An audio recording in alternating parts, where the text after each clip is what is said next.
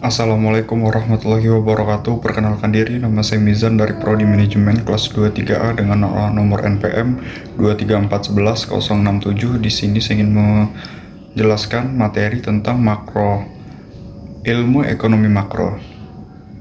Definisi: ilmu ekonomi makro yang membahas perekonomian secara luas dan menyeluruh. Fokus ilmu ekonomi makro: determinan pendapatan nasional total, berkaitan dengan konsumsi, investasi, pengeluaran pemerintah, dan perdagangan secara agregat. Tingkat harga agregat bukan harga individual. Perbandingan ekonomi mikro dan makro. Ekonomi mikro, harga individual. Ekonomi makro, harga keseluruhan. Ekonomi makro, output perusahaan. Ekonomi makro, output nasional. Ekonomi mikro, pendapatan rumah tangga. Ekonomi makro, pendapatan nasional. Ekonomi mikro, permintaan konsumen atau perusahaan. Ekonomi makro, permintaan keseluruhan. Ekonomi mikro, penawaran perusahaan atau konsumen. Ekonomi makro, penawaran keseluruhan. 3 masalah ekonomi makro. Inflasi. Inflasi adalah kenaikan harga barang keseluruhan.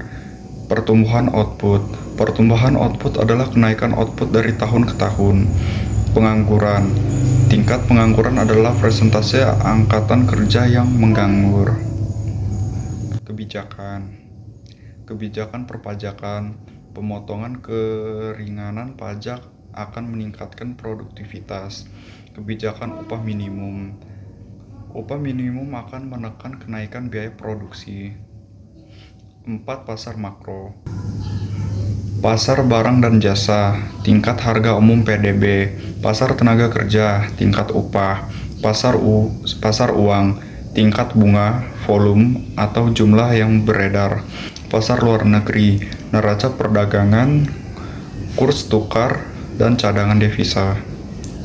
Kinerja ekonomi sepanjang waktu, tren jangka panjang sekuler, mengacu pada fluktuasi jangka panjang dalam suatu perekonomian. Tren jangka pendek, siklus, mengaruh pada fluktuasi jangka pendek dalam suatu perekonomian.